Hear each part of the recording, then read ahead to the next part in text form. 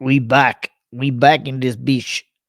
Harry Powell, Ian O'Neill for the balance breakdown this week. We're going to take a quick look.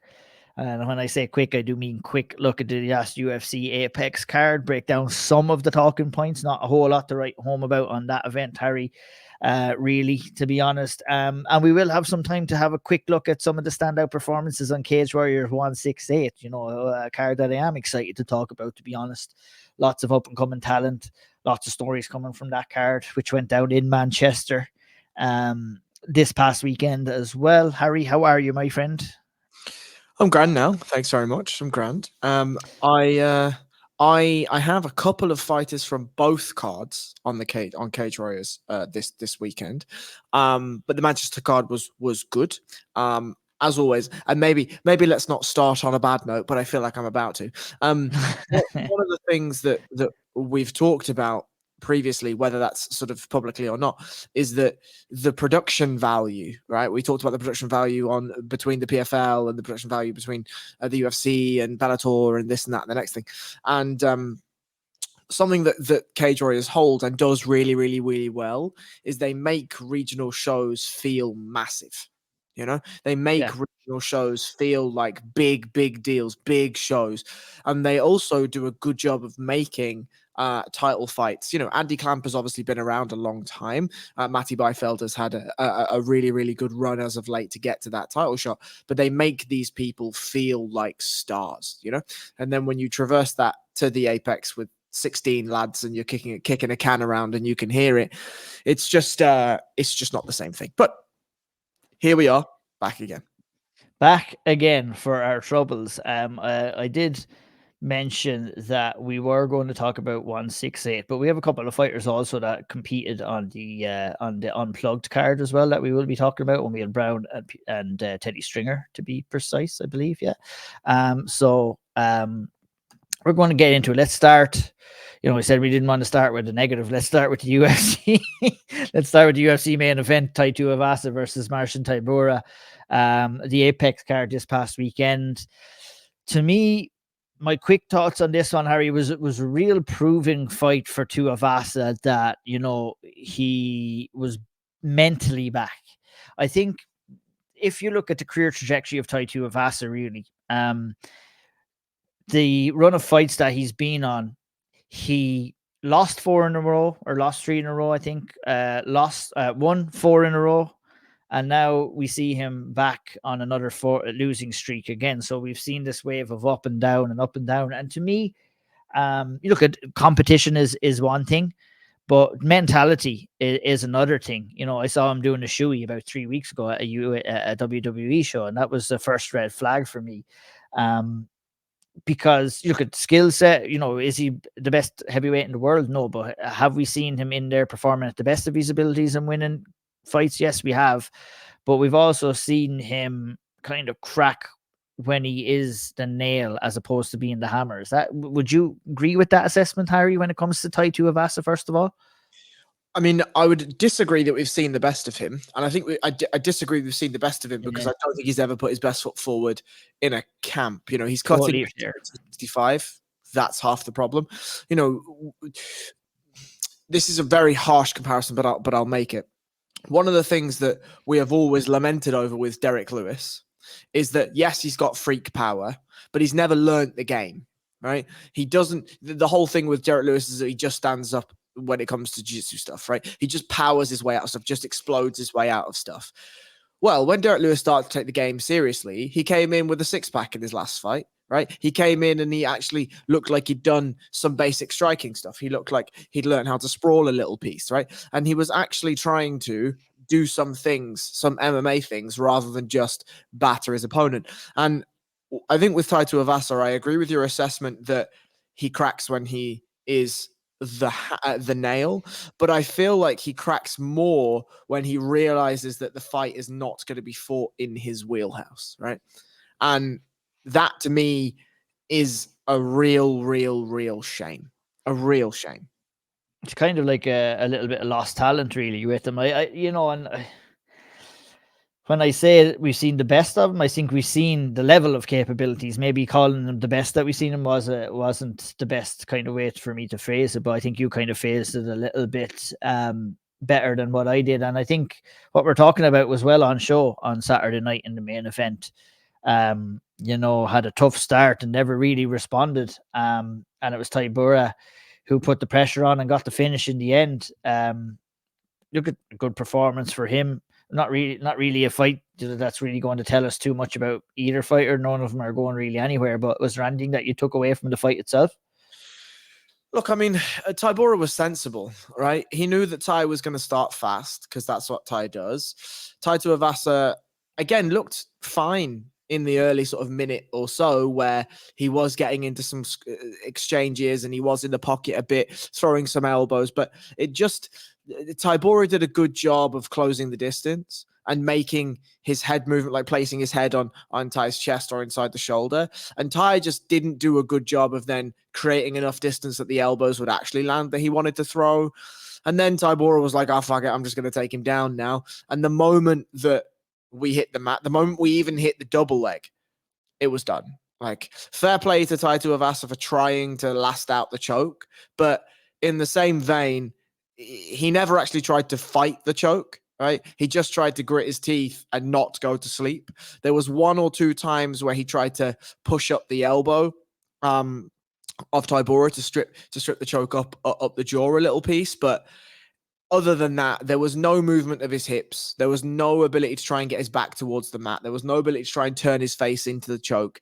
It was just, let me just grit and bear this thing because I'm a big, massive cunt and I usually don't go to sleep to these things. And obviously Tybura then puts him to sleep, right? And yeah, whatever. You're on mute, sir. That's pretty much it. And I mean, there's not too much to say about that fight. Only, whatever. First round, Meerschaert Tybura rear naked choke. Let's move on to the co-main event. Bryan Battle versus Angie Loosa. I mean, accidental eye poke. It was Bryan Battle's fight. Let's be real. Before the eye poke happened, Loosa wasn't really able to get near him. Speed advantage, accuracy advantage, and an understandably frustrated Bryan Battle at the end of this fight, Harry.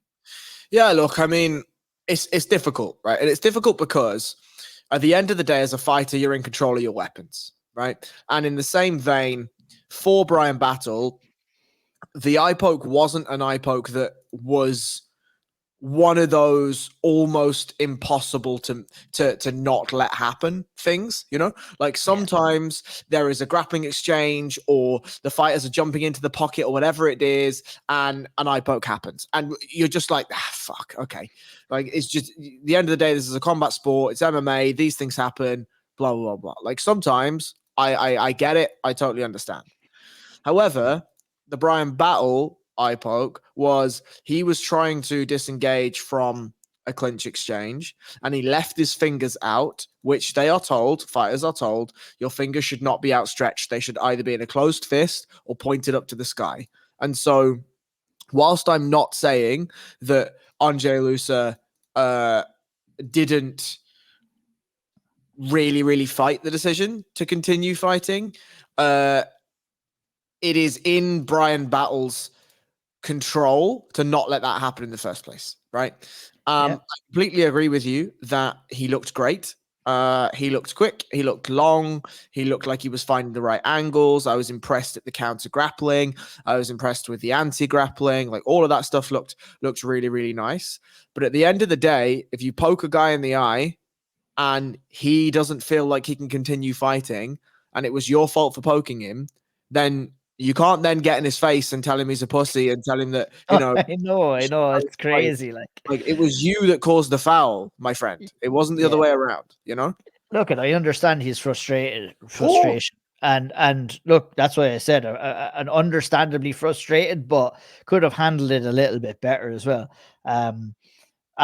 As Loosa could have handled. I mean, he was going ball headed for him after the fight. I mean, your eye is all right now, son, is it? I mean, that was what most of the criticism came from. But look, I think the main point about the finish of this fight is what you said already, is that, fighters are responsible for their weapons. But I think in Battle's defense, and if I was to play devil advocate, we have seen instances like that where many a fighter has chosen to fight on. And the question I think that remains is, if the shoe was on the other foot and Angie Loosa was having the performance that Brian Battle was having and he got the eye poke, would he have stopped? Those are the questions that we will never get the answer to, of course. That bout ended in a no contest for that eye poke. And look, maybe they'll run that back. Maybe we'll see what happens. But I think the frustration, it was from Battle, was from anyone who was watching. I think it was the best kind of version of Brian Battle that we have seen inside the octagon so far. And it's a pity we didn't get to see some more of him, Harry. I agree. But in the same vein, like if you're Brian Battle, you know that the UFC will look at that performance and they're not going to turn around and say, oh, well, you shouldn't have poked him, or this was your fault, blah, blah, blah.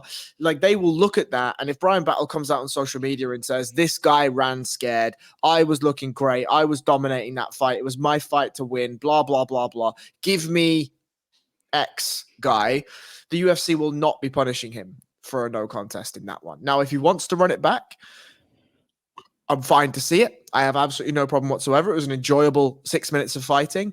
But I'm not sure Angelo Loosa takes that fight back, 100% agree with you.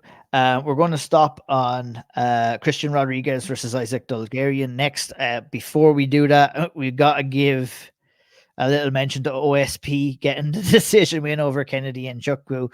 You're shaking your head. The camera that was I said it to you in WhatsApp. I have to ask your opinion on this one, at least for the comedic effect of how bad it was. Just horrendous. I didn't even write any notes, not even jokes. I told you not to. It was like the biggest thing that I got out of this is I actually backed, and fair play to Graham for this, I backed OSP to win by decision at 10-1. And that's what happened. So fucking give it to me, son. So that's about as much as we will say about OSP. Let's talk about probably the most controversial fight of the night, Harry, for one reason or another. That was Christian Rodriguez, who took a split decision win over Isaac Dulgairian. I'd love to hear your opinion before I share my opinion. Okay, cool. So I'm just pulling up my notes. So round one, easy to score. 10-8 Dulgairian. Yeah. Like, Dulgairian almost finishes him with a couple of rear nakeds, almost finishes him with the head and arm triangle, beats him up real bad, some beautiful grappling. So there was damage, there was duration, and there was dominance, right? All of those things, very, very easy for me to score. Agree 100%. Switch immediately to round three. Mm-hmm. Round three, I think, is a 10-9 Rodriguez round for me. Rodriguez lands okay on the feet. It's the groundwork that gets it done for me, though. He bellies out Rodriguez a couple of times, lands some. He bellies out Dulgairian a few times, lands some good shots, lands in bottom mount. Just does a really good job from there. Now, the reason I didn't go 10-8 in the third round is because Dulgairian was fighting back. Dulgairian was on the feet. He was trading in the exchanges. Dulgairian did manage to land some counter grappling and was in some decent positional control moments in that fight, defensively anyway. And so I don't think it was enough for a 10-8 round Rodriguez, but it was absolutely a nailed on 10-9 round for me. Now, the second round,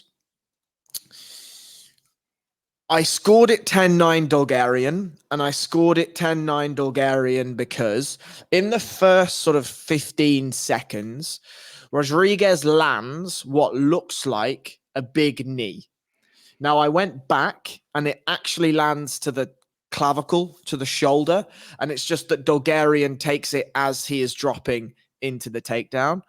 For most of the round, Dulgairian does lots of grappling, but absolutely nothing in terms of damage and in terms of submission attempts, right? However, there is a couple of impactful right hands and low kicks as they break in the last sort of couple of minutes. And then there is some grappling and there is some knees from the clinch from Dulgairian. Rodriguez, other than that knee, didn't do a lot. And so the impactful striking, I think Dulgairian did a little bit more in the latter end of the round, and also had all of the control time, right? Which of course is not impactful grappling or impactful striking, but what it is doing is it's control. He's controlling the areas with which the fight continues. And so I scored it 10-9 Dulgairian. I can see 10-9 Rodriguez there in the second round. I can see it. However, that's a draw if that's the case. It is absolutely not. In my scoring, it's not a split decision win for Christian Rodriguez. Yeah, I mean, I thought you actually broke that down perfectly, to be honest. I can't disagree with anything that you said. Like, that round 2 is a difficult one to score. And we're going to see lots more of this as well, where, the lack of activity, and I think the importance of, we talked about, Harry, the importance of, not relying on jiu-jitsu in certain terms at a higher level, because it's not as effective as it would be in lower. But I think that should kind of shift towards ground and pound a little bit more, and looking to damage rather than looking to control. And look, that's easier said than done, of course, when you're in there. But I think, as MMA progresses, I think that's going to be a key factor in how fights are scored, the importance of ground and pound. And look, it's like, one thing in my brief experience fighting that I found so surprising was actually how difficult it is to posture up to land strikes when you are grappling. It's not easy at all. So look, obviously the guys at the highest level are really good at it, but I think that's going to kind of solve a lot of problems, like with fighters kind of choosing to kind of go for that kind of, they say, submission over position, and now we probably should be saying, or position over submission, I should say, and now we probably should be saying probably ground and pound over position. I don't know what way to word that, but you get what I'm saying? I do. And I think actually the problem here, and the reason why the fight was as close as it was because Dulgairian gassed hard, right? Mm. What we saw in that second round was he wasn't doing any jiu-jitsu really. He was just hanging off of body locks. Hanging on. That's the thing. Hanging on off of body locks, dragging Rodriguez down, trying to make it dirty, trying to make it ugly. Whereas in the first round, he looked, one, fantastic, but two, he was using every opportunity to land damage. Right? He was pinning him. He was landing damage. He was offering him dilemmas. Whereas in the second round, because he was so tired, it was obvious that he didn't want to commit to the energy expenditure that ground and pound actually gives you. And we saw what Dulgairian is at the absolute basis, the absolute foundations of him. The answer is he's a good grappler. That's what he is, right? That's what he is. That's where his bread and butter is. That's what he can do when he is tired. And I think if we're coaching fighters in the future, if we're giving them, like, for instance, in some of the grappling classes that I teach, people will ask me like, oh, when you're on the back, what's the hierarchy of submissions? Right? Do you favor an armbar over a rear naked choke? Do you favor a back triangle over a rear naked choke? Right? Well, the answer is in MMA that it is damage over everything. Yeah, and that's what Sal D'Amato seems to have scored here. And to be honest, the other judges aren't too far away, really. To be honest, there was only one difference in how one of the rounds was scored, to be honest, throughout this fight. Yet people want to kind of shit on the judges here, but let's just break it down real quick before we move on. Sal D'Amato, round 1, 10-8 Dulgairian. Anthony Manus, 10-8 Dulgairian. And Ron McCarthy, a 10-8, unanimous 10-8 across the boards for Dulgairian by all three judges. Round 2, the differential between the fight, to be honest, was a 10-9 for Sal D'Amato, who obviously was leaning on that little bit of damage that Rodriguez did land on. And that's fair to say as well. That's fair to say. Round 2 for Manus was a 10-9 Dulgairian, and round 2 for Ron McCarthy was a 10-9. And then we had 3 10-8s across the board from all three judges for Christian Rodriguez in round 2, which seen him win the split decision 28-27, 27-28, and 28-27. So, I mean, that's not bad judging, in my opinion. That's one round off between all three judges there, which, and I would really, a lot of people will say this and say that about Sal D'Amato. I've actually spent the time in a California State Athletic Commissions, and I've seen this man breaking down how he scores fights and justifying how he scores fights. And that man knows his stuff, and he's actually, a guy that a lot of people, like Shawnee has said, a lot of people will look towards scoring for as well. So, I think it's a little bit unfair, but people are going to criticize anyway. That's the world we live in mixed martial arts. A close fight, not a controversial fight, in my opinion. We shall move on. Chiasson versus Kianzad. What do you think of this one, Harry? Just super back and forth. Super back and forth. I thought Kianzad looked good early. Obviously looked for that armbar, looked for a triangle. Chiasson has an interesting way of escaping by throwing up a reverse triangle as she stepped over. And then from there, it was just one-way traffic. Kianzad just sort of fell apart. There was an octopus guard back take, which you don't see very much in MMA. And then when we did get to the back, I mean, it was over and done, really. I thought Chiasson, which is something that you don't see often again in MMA, where people are locking up the jaw, locking their strangle over the jaw, but instead of just trying to finish a mandible strangle, Chiasson kept bridging into the spine of Kianzad and continually dragging the choke down the jaw of Kianzad. And what that eventually does is you're either going to take significant jaw damage or you're going to start to lift your chin up. And I think thankfully both ladies were sweaty enough that Chiasson's arm could consistently start to drag down underneath the jaw. And you saw immediately, as soon as the choke was under the jaw, Kianzad was tapping. It was actually not a bad performance from both of them. I don't really know what that fight means. Do you know what I mean? I didn't want to be rude and say, but I saw this fight the first time and I was like, okay, I'm glad I won't have to watch that fight again. But we did. And Chiasson went out and did the exact same as she did in the first fight when they fought. And that was get a rear naked choke. The only difference is she got it done much quicker this time. So I think it's a fair matchup considering Chiasson came off of that Aldana loss. I'm looking at Chiasson as a person now that should have the bull by the horns in a final run towards that title. There's an opening at 135. We're waiting for someone to emerge. She's 32 right now. She picked up a good win. I thought she looked good. It's very difficult to go in and fight an opponent that you finished already because there is a little bit of pressure on you to kind of do better than you did. And she did all of that. So I'd like to see her pushed up now against a top 8 opponent next, then maybe a top 5. Then let's see what happens after that. Will she get all the way? Who knows? But we shall see.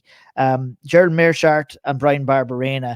My quick thoughts on this. Meerschaert won by rear naked choke as well. My assessment on Gerald Meerschaert is that when he is in fights of this caliber, he's extremely, extremely fun to watch, isn't he? Just dominated Barberena. And, obviously, look, he has his limitations, but you put Gerald Meerschaert in fights like this, and all day I'm going to pick Gerald Meerschaert because he's just he's tweener good, if you know what I'm saying. He's too good for this level and not really doesn't have a high enough ceiling to compete against the elite level guys, but always fun to watch at. I agree. I think Brad Barberena is making a poor choice staying at 185. I don't think he hits hard enough, and I don't think he's heavy enough. I don't think he's big enough. I don't think he's physical enough for this specific division. I completely support his choice to not weight cut. But in the same vein, I think that comes with, especially in the UFC, that comes with its difficulties, right? Its competitive difficulties. Meerschaert, I think, he is limited. He's absolutely limited. But when it gets to the grappling, he's not very limited at all. And I will always watch a Gerald Meerschaert when he fancies grappling and when he gets into grappling exchanges. Like, I know that this won't happen, right? But I would love to see him and Kaya Bahia just agree to go and do some. Oh, yeah. Maybe you might get it, and you might get it in that UFC Fight Pass Invitational. That would be a good one. But look at Meerschaert coming in here, fought 53, 54 fights. Like credit to that man. You fight that amount of times. I don't care what level that you're at, not what level you got to. He's a record of 36 and 17. So unbelievable. Unreal. And I don't know what it was about that. I've seen him fight, but I enjoyed that performance. It was like, and unfortunately for Barberena, I think you're right in the weight class, but I think his lack of athletic ability too has also cost him in his UFC career, where he doesn't really have maybe that athletic ability to compete. I think obviously Jared Meerschaert, not a super athlete, but definitely more athletic than Brian Barberena. Another submission, Harry, fucking big night if you're a Brazilian Jiu-Jitsu guy. Another submission here, Mike Davis, Nathan Levy. Nothing really too much to write home about that. I think the submission was given to him more than him going and taking it, to be honest. Would you agree with that real quickly? I would indeed. Yep, that's it. Chelsea Chandler versus Jocelyn Nunes. I love that too. Short and sweet. I'm going to say, we're not stopping on this really, but I have to say about this fight, this is probably in modern UFC, this is probably the worst quality fight that I've seen in a long, long time. Would you agree? Or did you even watch it? I didn't watch it. When you sent me, so just to break the fourth wall a little bit, Ian will sometimes give me a rundown on the card and will say, this is fantastic. You like go and prioritize this, watch this one. And then there'll usually be one or two fights where he's like, don't bother. Just don't bother. And he sent me Chelsea Chandler and Jocelyn Nunes. And he said to me immediately, this is maybe one of the worst fights I've ever seen in UFC history. And I said, to myself, you're fucking damn right. I'm not watching that. And I didn't watch it. There's no point in both fucking us having us suffer, Harry, but there'll definitely be no suffering in the next fight that we're going to talk about. And that's Filho versus Osbourne in the 125-pound division. A stellar performance from Filho. We had seen him in there before with Muhammad Mokaev. Obviously lost that on short notice, has picked up 2 wins, 2 submissions, and this was a really impressive performance and a performance worthy of the severe spotlight this week too. Yeah, look, I think Jafel Filho, when he came in against Muhammad Mokaev, I mean, your UFC debut is a big thing. You only get one chance to make a first impression, right? And something that the UFC sort of historically has done is if you come in on your UFC debut, especially if it's short notice, and if you just give it your all, then win, lose, or draw, they will reward you, right? They will reward you in some fashion. We have seen it lots and lots and lots before. Not only did Jafel Filho go out and give it his all, but he also put Muhammad Mokaev in some very, very tough spots. Everyone will remember the knee bar. And he ran relatively competitive with Muhammad Mokaev in that fight, right? It was similar to me to when, and just to a lesser degree, Arman Saryukin and Islam Makhachev. Right. Yeah. The big one that stands out to me is Diego Lopez. Is that the guy who came in against Evelev and comes on short notice and does well, right? Loses the fight, fine, but does well. And I think in this one, in Jafel Filho, they gave him that kindness in Daniel Perez, and he went out and smoked him. But Ode Osbourne is a significant step up. Absolutely a significant step up. He's a bit of a hitter. He's long, he's rangy, and when he's on, he's really, really good. And I thought Ode Osbourne looked okay in this fight. It certainly wasn't the worst Ode Osbourne that we have seen. No, he just wasn't allowed to do anything by Filho really in this fight, wasn't it? Like he just didn't give him an inch. Walled him up. Basically, he did some really, really, really lovely range games. The low kick started to really catch Ode Osbourne from the very, very first time he threw it. The level changes were nice. The feints up top, the feints down low were great. And we hit the first takedown and it was done. And I was very, very, very impressed. Like something that you and I obviously talk about a lot on this podcast is I don't really like it when I start seeing takedown records in fights. Hit 11 takedowns. That's the highest record for. Why? You should need 3 takedowns in a 3-round fight. Yeah. 3. That's your max, right? You should not need more than 3. If it's now, don't get me wrong. I understand that Merab Dvalishvili obviously has a specific style, and he's trying to drown people's gas tank with takedowns. Fine, no problem. I'm happy with that. That's a viable way. But I remember when it was always Khabib, they were being talked about with Khabib, and they were like, "Oh, he's only ever hit like 30 takedowns in his UFC career." And it's like, yeah, because he doesn't need any more than that, right? Exactly. You're just on the floor. Yeah, and And I think you're spot on there. And I guess where you were going with this is that Filho did take him down and he punished him immediately, didn't he? It was a lovely finish. It was a lovely finish. And I think given that Jafel Filho is 30, I feel like the UFC need to push him now. Let's just give him a go. Let's chuck him in, right? Let's chuck him in with the big boys and let's just see what happens. He went out against Muhammad Mokaev and he looked good. Okay, he lost. Fine, no problem. But Mokaev is almost certainly a future UFC champion, if not a future UFC title contender.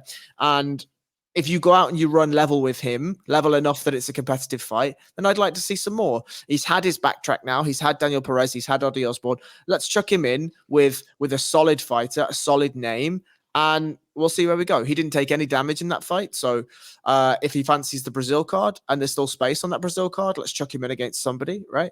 If not, then let's have him back out relatively quickly. As I say, he's 30 years old. And so there's no fucking around at the lower weight classes. Obviously, people top out much younger at those lower weight classes.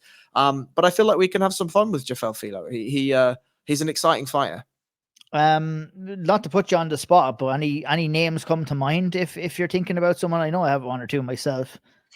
So again, it depends on what they're going to do with him, right? And again, given that almost every fucking flyweight fighter at the top level is sort of booked, but I wouldn't mind if you're going to go all the way. Then I wouldn't mind doing something like Amir Al-Bazi. I know that's very high up in the division. Yeah, that is very high, in fairness. I wouldn't mind Tagir Ulambekov, who's looking for a fight. If you're going to take a couple of steps back from that, then I would not mind, now hear me out, I wouldn't mind the winner or the loser, frankly, of Tatsuto Taira versus Tim Elliott. Yeah, Tybura was one on it. I think if we're going to feed into the Brazil and the Brazilian show and you want some Brazil on Brazil crying, Alan Nascimento is free. He's looking for a fight. That might be a good test too. And I think that's the thing. Do you want to push him into the early rankings? Do you want to give him one more name before he gets into the rankings too? But I think it's one more. If he wins that, you're giving him ranked opponents all day at that. But look, another exciting prospect, Harry, in the flyweight division. I mean, unbelievable. The talent in the flyweight, like we were on the Owl Triangle, we were talking about the talent in flyweights in Ireland right now is absolutely ridiculous. And it's just in general, it's like it's a division that was dominated by a quadrilogy between Davison Figueiredo and Brandon Moreno, which kind of killed off a very exciting division. But I think the UFC are pouring gasoline on the flyweight division right now. They're about to set a match to it because there's so many damn good fights coming up there, and I can't wait to see them. Moving on, Harry, on to the next one. We have Jacqueline Amorim versus your girl Corey McKenna. Didn't really work out too well for McKenna, unfortunately. She was submitted by armbar in round one. Amorim was the underdog here. I kind of said it. I was like, she was crazy. Like, I couldn't believe that she was the underdog here. And she went out and got the job done with ease, to be honest, didn't she? It was an IQ test for Corey McKenna. Yeah. It really was an IQ test. Like, on the feet, Amorim is nothing special. And I thought Corey McKenna was levels above when it was on the feet for the first sort of 45 seconds or whatever of the fight. Corey was cutting angles. She was landing jabs. Her head movement was fine. And then by default, she just dropped in on a single. And the writing was on the wall when Amorim was trying to jump guard. Right? If I'm Corey McKenna and I feel Amorim jump guard, I'm like, yeah, I'm getting the fuck out of here. I'm getting the fuck out of here. But by the time that Corey had sort of realized the danger that she was in, and sort of it wasn't that she realized the danger she was in, she was stuck between two minds. Because obviously she's a grinder, right? She wants to put her head in your face, drive you into the mat, and then land ground and pound. And Amorim had already gotten an overhook, and we're already looking at triangles, and we're looking at arm bars, and we're here, there, and everywhere. And Corey did an okay job at trying to rotate through those initial submission attempts. But yeah, it's a tough watch. And also, Mike Beltran fucked this up royally. Yeah, absolutely. Completely. I actually forgot to mention that. Like, that fight, Amorim got two finishes in that fight, to be honest. You know what I mean? So That was a colossal error. Like, I mean, he's very lucky that she went on and got the submission after the fact, because that was a colossal error by Mike Beltran. I like Mike. I think he's a decent ref, but he is liable for one or two of these every now and again. But like I said, lucky that was like, I mean, if Corey McKenna came back there, it would have been terrible controversy, but gladly that did not materialize. Just a quick mention, Danny Silva, Josh Culibao, an absolute war. Did you get to see this one, Harry? Yeah, it was a screamer. I didn't take any notes, and I just watched it for fun. It was great. That's what it was. It was a fun fight. It wasn't technical. We didn't learn it. It was a battle of wills towards the end, and Danny Silva took home a split decision. Started well, finished well, and it was enough for me to see him get the decision as well. We'll stop off on the card. Obviously, we'll mention Chad Angheller, who Canada's Chad Angheller got a unanimous decision win to open up the card. Pretty one-sided there. Thiago Moises versus Mitch Ramirez. We want to stop on this. I have a reason why I want to stop on this. I'm curious to hear what you think about this fight, Harry. Thiago Moises is just, he's similar to Gerald Meerschaert in that he is way, way, way too good for this Ramirez type level, but he is just not quite good enough that we're going to give him a ranked opponent and he'll make a run towards a top 10 or a whatever ranking. I thought from a technical perspective, really, really, really nice round one, a great round one. Yeah. Lovely low leg kick. That low leg kick swelled up the left leg of Ramirez almost immediately. Moises then gets a takedown. Really, really, really good top control. Sort of takes the second round off a little bit. Maybe was a little bit tired. I think Ramirez realized that he couldn't stay in kickboxing range because those leg kicks were just going to land, and so barreled on forward a little bit more and made it a closer round. And then in round three, it only took one. It took one of those leg kicks, and his leg was in bits. Like, even at that stage, you're after getting beaten from pillar to post round one and round two. There would have been, like, you're talking about a guy here who took this fight on 16 days notice, and the gap in levels was quite high. And so, like, while I was impressed by Moises, it was like more kind of feeling sorry for Mitch Ramirez, to be honest, because it was like he was completely outmatched from probably 45 seconds into the fight is when it started turning, and it never turned back for Ramirez. And it's unfortunate that guys like this have to come in and, you know, achieve their dream, take a fight on 16 days notice, but the penance for that is getting that absolutely shit kicked against a way higher level opponent, and something that has been happening in the UFC quite more often, I think, over the last number of years. Now, look at on the other end of the stick, at UFC fight fall out. It was supposed to be Brad Riddell. He got hurt. There's nothing the UFC can do about that. But with all due respect to Mitch Ramirez, was there not a higher level opponent that could have came in there? I don't know. Paul Hughes? Yeah, Paul Hughes, 100%. You know, he could have came straight in there. He was preparing already. So, I mean, yeah, we kind of stopped that. Maybe we need to start that again, although he is matched for the Dublin show. But, I mean, I don't think that Ramirez learned nothing from that fight. I don't think Moises learned nothing from that fight. And I don't think the fans learned anything from that fight either, because it was just such a stark differential in levels. And one thing I will say is Moises' striking was on point, but that's to be understood because he was supposed to take on Brad Riddell. So I know Brad is fairly hot and heavy on the feet too. So that's my 2 cents on that. That wraps us up for the UFC card. Let's jump over to Cage Warriors 168, shall we, Harry? Let's do it. You know, we're only going to talk about 3 fights on this card, but overall, did you watch it all? Did you only take in a couple of fights? What were your thoughts? I took in some of the fights on double speed, and then I watched the fights that we're going to cover. Just because I'd already watched the whole UFC card and work, and, you know, obviously look after my wife and these sorts of things. But yeah, I just really like the Cage Warriors card. I know I've said this, you know, ad nauseum, but there's just something special about, you know, when we watch Matty Byfield, that you look around and Christian Leroy Duncan's turned up and Tom Aspinall's turned up and Leon Edwards is there screaming, and he's not even in the corner, but he's in the crowd and he's screaming. And it's just a far more intimate venue, and it's a far more intimate feeling. Like, it feels as though, I know this sounds really insane to say, but it feels like these people care about the fights. It feels as though they care about the performances, you know, and you really get to feel that. Yeah, definitely. Very well said. And the first fight we will stop on is the light heavyweight championship fight, Andy Clamp versus Matthew Byfield, who you've mentioned already. It was over in three rounds, a knockout. A good performance from Andy Clamp. What did you think of the fight overall before the finish came? So a slow start to round one, but Clamp, you know, he's sort of an awkward guy on the feet, but was landing some, he like really lowers his level when he throws shots, was landing some nice teeps, was landing some overhand rights and these sorts of things. But the moment that it got to the grappling, I think Clamp realized that he had a significant advantage. His specific type of grappling was quite interesting.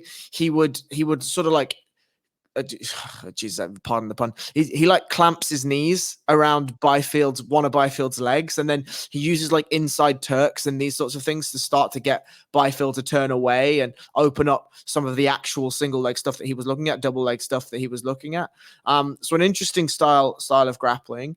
And then the second round, he just poured it on Byfield a little bit more. And by the time we got to the third round, Clamp was on his back inside 35 seconds, and I think the writing was pretty much on the wall at that point. Byfield had used a lot of energy trying to stay up. He tried to use a lot of energy to get Clamp off him, and he just couldn't keep him away. And from there, Clamp oscillated off to, moved off to a triangle. An armbar from the back, and that didn't work. And then Byfield did a really good job of pushing the bottom hook over his head and then sitting up, but he sat up into another armbar.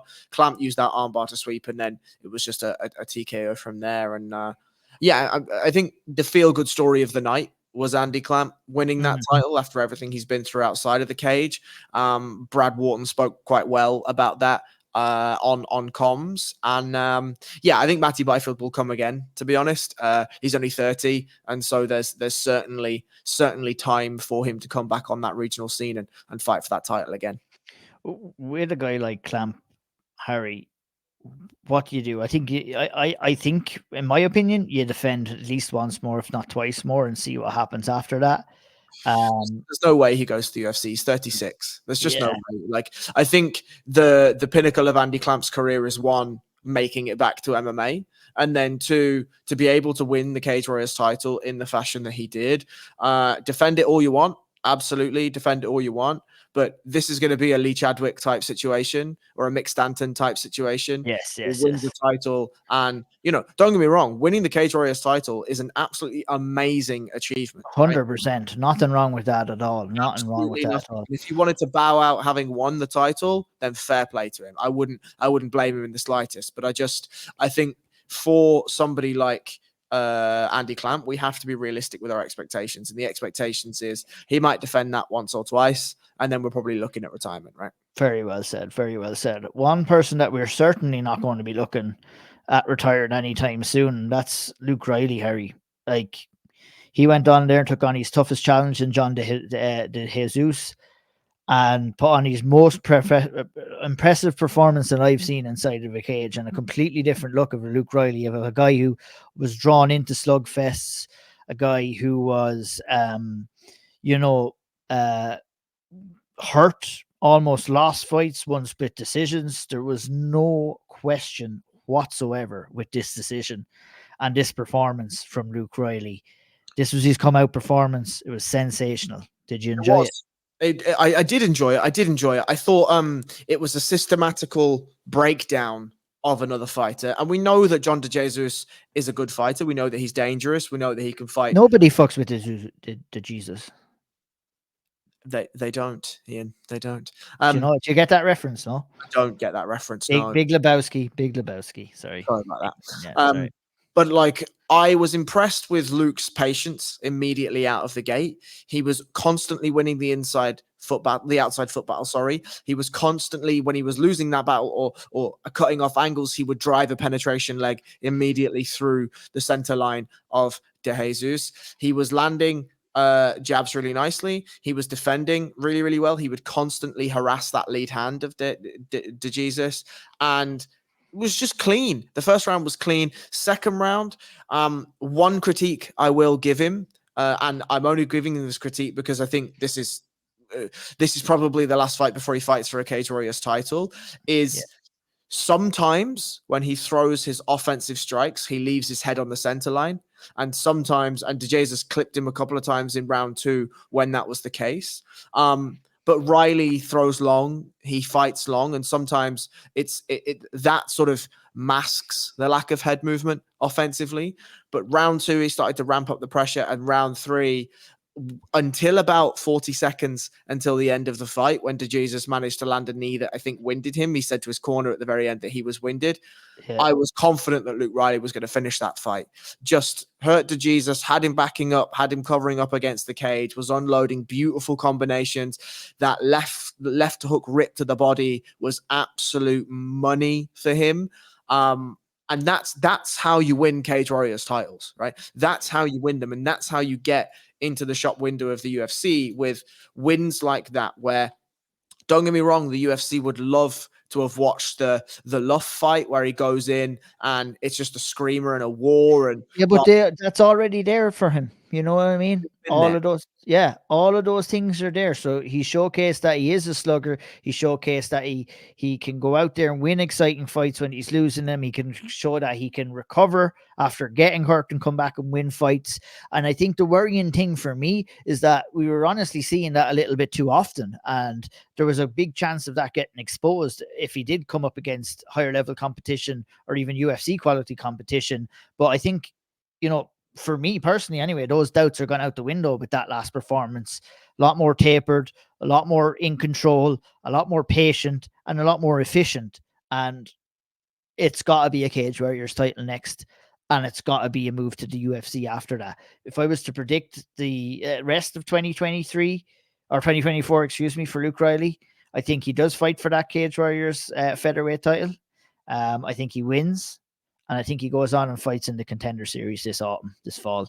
And we'll see what happens after that. Such an exciting prospect out of Next Gen. What are your thoughts on my assessment on his career progression? So I think the UFC is certainly in his future. I would probably prefer to see him stick around Cage Warriors for 1 or 2 more fights, go win the title. I would like to see him against a high level regional European level grappler. Yeah. I need to see what that looks like, because in Luke Riley's career, the ascension has been he's fought guys he's way, way better than, he's just stomped them. Then he came in against a couple of guys that were around his level and were very tough, and that's why we saw the slugger. Now he's come in against the best performance of his career, the best opponent of his career, and looked great, looked controlled, looked good, looked like he had everything under control. I need to see that Luke Riley 2, 3, 4 more times. Yeah, because when we get to the UFC, if he goes in at 145 pounds, there's no easy fights there. Right? There is no easy fights. And I would like, bearing in mind Luke Riley is still so young, I would prefer that he gets there when he has a chance to really make a name. And I have no problem with the Contender Series call.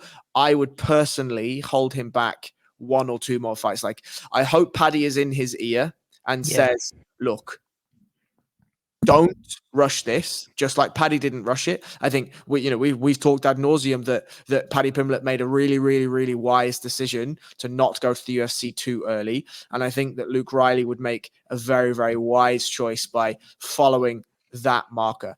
He is so young in his career, and if this is who he's going to be going forward, somebody that's just going to tactically destroy fellas, I'm all for watching that. I'm all for watching that. Let's see that a couple more times, round out that skill set, and then we'll take that to the UFC. I 100% agree with that assessment. Whether it happens or not is yet to be seen. I think if they dangle the Contender Series over his head, I think he snaps that up in an instant. I hope. Given off history and Next Gen, I think they always make the right decisions for their fighters. So I think those conversations will be happening. I think at the very, very least we see that title fight. I think it'd be foolish to go straight to the UFC after that. Of course, he's got to mention it after the fight. You've got to throw it out there, but it's got to be a title. I think it means a hell of a lot more to, have that title at Cage Warriors before you move to the UFC, and it'll be interesting to see what happens. But very, very good performance from Luke Riley. Another good performance too from Liam Gittins on the night. Took on Roberto Hernandez from the States, obviously coming over, having fought on some of those San Diego cards, I believe. Yeah. Good fighter, a good test for Liam Gittins in round one. Arguably won the early stages of the fight, but gassed out really. And Liam Gittins just stayed on him, pressuring him, just wore him down, leg kicks, body shots, and it was just relentless from Liam Gittins. And it was a really good win against, a good, it was good opposition, but it was a pity that Hernandez didn't have a little bit more in the gas tank to kind of test Gittins over the rounds 3, 4, and 5, really, to be honest. I had a slightly different take. I think Gittins broke him mentally. Yeah. I think there was a gas. There was a gas. What seemed like it was gas, but Hernandez just could not get the respect. Even in the first round when he looked good and was fighting well off the back foot, Gittins was just in his face, constantly in his face, constantly jabbing, constantly leg kicking, constantly looking to change levels, constantly looking to grapple, constantly looking to get inside. Like, that is smothering, absolutely smothering. And Liam Gittins, at this point in his career, I think what happened when he won the belt is there was a level of confidence that he then said, oh, actually, I am good enough to do this. I can go in and can win against good guys on this European and international scene by using my style. I can lean into my strengths. And that's exactly what he did. Like, he was absolutely smothering. It is a vintage Liam Gittins performance where he goes out, doesn't look fantastic in the first round, and just slowly warms up. And then when he gets going... And yeah, he is a guy that does start relatively slow. So like, even when I was watching it and he did lose the first round, I was like, oh, interesting. But I knew that Gittins was going to be there in rounds 4 and round 5. I wasn't sure if Hernandez was. And, obviously him gassing out was due to that pressure too. And mentally breaking, you're 100% right too. There was moments of the fight when Gittins was landing those leg kicks and the ref wasn't coming in. And it was like Hernandez was like, oh, for fuck's sake, I have to no one is going to save me here. But thankfully, the rear naked choke did come in round 5, Harry, for Gittins. And yeah, go on, please express. I mean, Gittins had basically taken the back and had got nowhere near a full rear naked at all. He was looking for a way out, wasn't he? He was looking for a way out. And look, I can't blame him, right? No, either would I. I'd be doing the same, man, if I was in that same boat. 100%. But yeah, that was a half a forearm across the neck, and then it was a palm to palm. Like, it certainly wasn't a full rear naked yet. And Hernandez was like, yeah, fuck this, I'm done. And I can't blame him. Really, really impressive performance from Liam Gittins. Really, really, really impressive. A guy who has won the belt and now defended the belt, Harry, at 135. What do we do next with Liam Gittins? He's a Cage Warriors level fighter. If the PFL want to snap him up and he wants to take a quick buck and he wants a couple of fights there, fair play. I don't think he's UFC caliber. Like, what I wrote in my notes is that style is amazing on the European and regional scene, but if you put him in at 135 pounds against anyone on the UFC roster that can actually strike, we've got a problem. Like, he's got a serious problem. And I think a guy against that style, and that's what I kind of meant by it's a pity that Hernandez didn't have it in him, because there are guys in the UFC that will still be there in rounds 2, 3, 4, and whatever as well, and that are not going to wilt under the pressure. And yeah, that's a good assessment, and it's hard to argue with that one either as well. Let's move on quickly. 2 fights we'll look at on Cage Warriors 167, the unplugged card. O'Neal Brown got a great win in that, and a comeback win after being defeated in the title against Rafael Aronov. A good win, but some shaky moments for O'Neal Brown here, Harry. I mean, he almost got did again here in round 1, going for the attack, and it's very worrying if you're an O'Neal Brown fan, or if you're thinking O'Neal Brown is going to go to big things, and he very, very well go to big things, but he has a tendency to get caught in the pocket, doesn't he? Yeah, this O'Neal Brown is 30. right? Or 29, 30, whatever he is at a point where this is who he is, right? O'Mill Brown is in a similar situation whereby if he goes and wins a Cage Warriors title, fair play, he's not UFC caliber, right? And we need to understand that. He needs to take a slight page from the book of Luke Riley, which is, okay, you're a big athlete, you can grapple, fair play. Let's take our time, a little piece, right? Let's just watch, wait, find out, rather than get clipped and have to counter grapple in order to stay in the fight. But it was a wild first round, like about as momentum swingy as possible, where they both get hurt, they both almost get finished, and then Brown almost finishes with a rear naked choke a couple of times at the end. Round 2 comes out, he gets hurt again, and then counter grapples again, and then finally finishes with what is a very, very unique guillotine finish. And I can talk you through exactly what that guillotine finish is. Let's go for it. You wish. So, okay. What O'Mill Brown was looking for, or what he finished with, is he was threatening from the turtle to take the back, right? What he actually found is, as he collected the arm, the Aronov, yeah. Aronov's back and his back legs were too far against the cage, so he couldn't actually get to the back. So he sits off into what is as I say, a relatively rare and unique guillotine variation, where O'Mill Brown is connecting Aronov's bicep and his shoulder to the inside of his neck, and then he's connecting his own hands all the way through, and he's like punching almost like a high wrist, but including Aronov's arm inside the choke. So it's like a variation between a head and arm, but the wrong way around. Yeah. A high-risk guillotine and an arm-in guillotine. And so the finish itself is that rather than actually pulling your arm through, you flex your bicep and you pull your own hip laterally. So you pull your hip into the side of your partner so that it drives the shoulder into your partner's neck, and then your bicep flexing cuts off the other, and you have a forearm on the esophagus. So it is a very, very, very tight choke. Now, Aronov does have an escape to that. He had his left hand that was inside the choke, his left arm inside the choke. If he'd have postured, like piked up onto his feet and drove his left arm directly through the choke, he would have escaped, but he would have immediately given his back, which is what O'Mill Brown was looking for in the first place. So it's a very, very nice dilemma that you can start to use, but it's very rare that you will see in MMA a fighter sit off from that referee's position, that turtle position, for front headlock chokes. And I was impressed that O'Mill Brown had the confidence to actually look for it, and fair play to him for finishing it as well. Yeah, it was a kind of a pick your poison kind of submission, wasn't it? I would imagine you would need a very strong squeeze in that kind of position as well. Yeah, you would at that, so fair play. That was a good win for O'Mill Brown. I think he'll have a keen eye on the headliner, the Cage Warriors Dublin, obviously with James Sheehan competing for the title there. I can't remember the guy he's fighting now off the top of my head, but it'd be interesting to see what happens there. We finish off the balance breakdown this week with your guy Teddy Stringer. And I call him your guy. He's definitely my guy as well, because I love watching him fight. I think he's a solid prospect. You've been talking about Teddy Stringer. You've been watching him along with me since the IMA days, or the IMAF days, I should say.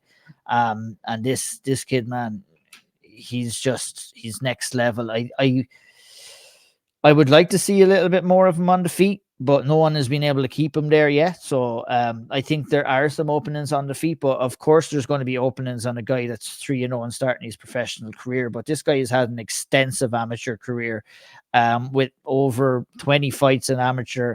He came in fully prepared, and the results are well on show. 3 wins, 3 first-round finishes, 2 via rear naked choke, 1 via ground and pound. And the world is Teddy Stringer's oyster at this stage, Harry, isn't he? And he needs to be built up. He needs to get the right tests. But this was a good test, and one that he passed with flying colors. Absolutely. Like this early in your pro career, what you're looking for is experience, wins, and things to work on. And he got all 3. Like you and I and Shawnee and Graham have talked about this for ages. In your early pro career, if you can go out and you can lose an area of the game and still win the fight, that's perfect. Yeah. And I think Teddy Stringer on the feet, he did not expect Dickson to come out as fast, as hard, as heavy as he did. But I was impressed with Stringer's calmness, his composure, his ability to reverse the clinch situations when he was put up against the fence. I think that Dickson had a slightly more educated jab than Stringer did. And I actually think, I haven't talked to Freddie about this yet, and I'll try and get him on and have a conversation about it. But I think the game plan was, let's hang out on the feet for a couple of minutes and just see how this goes. If it's going well, let's keep it there. We've got 3 rounds here. And we know that Teddy, is when he gets it to the ground, he is elite from the back. And that's exactly what we saw. I think he understood that maybe he wasn't the most comfortable on the feet. And so immediately level changed. And as soon as that single leg landed, he immediately hopped on Dickson's back and we were finished quickly. So look, if you're Teddy Stringer, you have some notes to go away with, right? I think 155 is probably a weight class too high for Teddy Stringer, but he is still growing, he's still building, and his body is still forming. And so maybe as he fills out, he will fill out into that weight class. But it's just a very impressive performance all around. Very, very impressive. Yeah, absolutely. I would agree. And I mean, his killer instinct when he has that back position is next to none. I've seen him against a lot of guys in the IMAs, and he's doing the same in the professional ranks. And to me, just to add on, why we wouldn't be as critical of Teddy Stringer, because number one, he's, obviously the gaps are going to be there when you're 3-0, but you're going out there and finishing guys in the first round. I mean, you're doing everything that you need to do. I mean, the job is on Ian Dean now to try and make life more difficult for Teddy Stringer. And I'm very excited to see the progression of his career. I think we've got a good one there and plenty of potential with Teddy. That wraps us up. Any final thoughts, Harry, before we go? I think I'd just piggyback on what you said about Teddy Stringer. Like, he has made the right choice. Extensive amateur career, and then he signed with Cage Warriors, where he knows that he'll be matched correctly for his level, correctly for his progression. And if there's one man you want to trust with your early professional career, it's Ian Dean. 100%. The blueprint is there, and it has been there for many years. That wraps up the balance breakdown this week. Follow Harry at BJJ_Harry Powell, myself at O'Neill MMA. Head over to SevereMMA.com. Catch the Severe Spotlight over there. Jaffael Filho, excellent write-up after his win over Ode Osbourne at UFC. Hope you enjoyed it. Hit the like, subscribe button, tell a friend. We share this podcast. Numbers aren't great, let's be real, but we'll still come and do it every week, because number one, we enjoy talking to each other about fights, and I don't want to stop that anytime soon anyway. So take care. We'll catch you again soon.